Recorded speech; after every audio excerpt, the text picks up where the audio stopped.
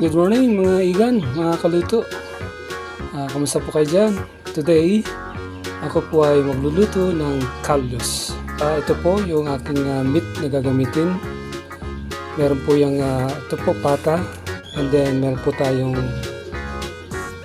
tuwalya o ox stripe. Ayan o. Tara po, samahan niyo ako sa pagluluto o paggawa ng kalyos. So ito na po yung ating ox stripe tsaka pata ng baboy. Nasa pressure cooker na siya, no? Lalagyan ko siya ng asin, 2 tablespoon salt. Lagyan ko rin siya ng peppercorn. Ayan po, 1 tablespoon.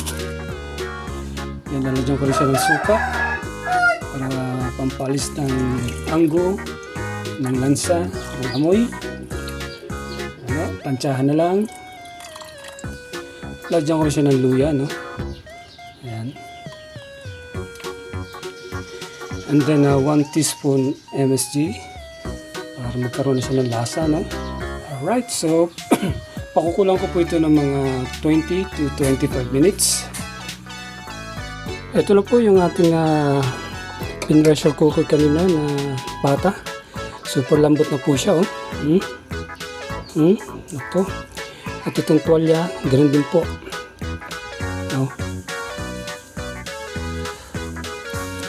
Sakto lamang po yung 25 minutes na pagpipressure sa tuwalya at pata. Now, hiwa-hiwain ko na ho. Nagyan ko ng mantika itong ating pan. Alright. Inuuna ko po talaga ang bawang, ano po. Ang iba kasi inuhuli yung bawang yata, sibuyas muna bago bawang. Ako po talagang practice ko na po yan, inuuna ko ang bawang kasi kontrolado ko naman po yan, no? Hindi siya nasusunog. Yung iba takot nasusunog daw kagad yung bawang nila. Nasa control naman yan, tulog po yan, no? Pagka ganyan po, lalagay ko na itong sibuyas para magkaroon na siya ng moist. Yung moist ng sibuyas ay nakakatulong po yan para i-delay niya yung pagkasunog ng bawang. So yan po, sakto lang yung pagka-brown ng ating bawang, ano ho. Mas maganda po kasi talaga na napapag-golden brown natin itong bawang para yung kanyang aroma ay talaga pong lumabas, ano ho.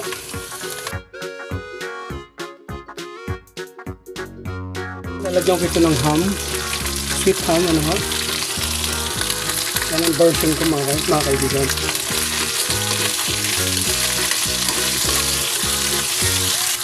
Tapos lagyan ko na itong carrots.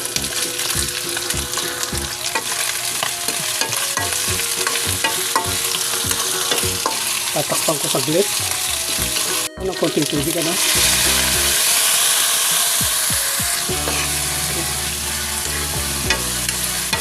Now, lalagay ko na yung tomato sauce.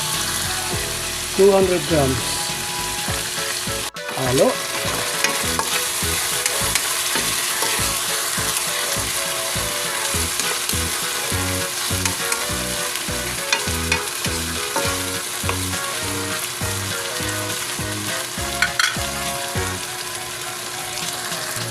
Lalagay ko na itong pata at saka itong ox stripe.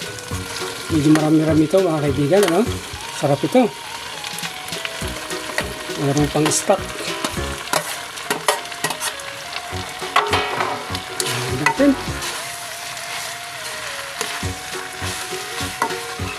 Pag kulang pa yung tomato sauce, pwedeng dagdagan, ano? Una, ilalagay ko na itong pinagpakuluan kanina. Yan. Okay. Kailangan haluin natin ng maganda, ng maayos. Haluin natin ng husto. Ilagay ko na rin itong garbanzos. Lagyan ko na rin ng isang beef cubes. 2 sandok na patis. Ayos. Haluin natin uli ng maayos. Ng gusto. By the way, nilagyan ko siya ng 2 tablespoon tomato paste. So, takpan ko muna at pakukulang ko siya ng mga 3 minutes. After 3 minutes, ayan na po. Lagyan ko siya ng quick melt cheese, 45 grams cheese. Bahala na siya matunaw dyan, ano? Mainit naman yung kanya.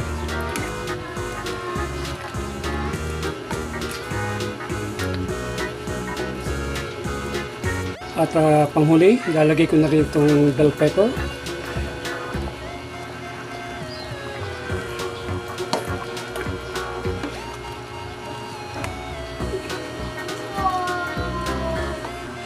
Now, turn off ko na po itong ating kalan para hindi po maluto ng gusto yung bell pepper. Gusto ko po kasi crunchy, ano? Hindi siya maluto ng gusto. Okay? Alright, mga kaibigan, mga kaluto. Okay na po itong ating kalyos, ano? Ayan po. Titikman ko muna.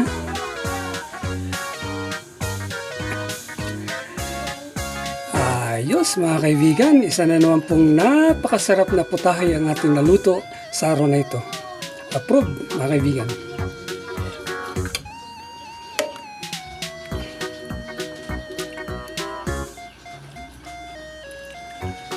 Again, tanghalian na naman. Malamang, only rice tayo dito ngayon. Mga kaibigan, tara po, kaya na po tayo.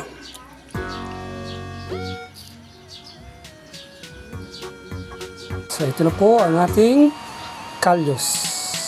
May S po yun ha, hindi pwedeng kalyo kasi iba yung kalyo, iba rin yung kalyos. Ano po? Alright. So napakalambot po nito mga kaibigan. Okay, so kakain na po kami. Salamat sa panonood, salamat sa pagsama sa akin.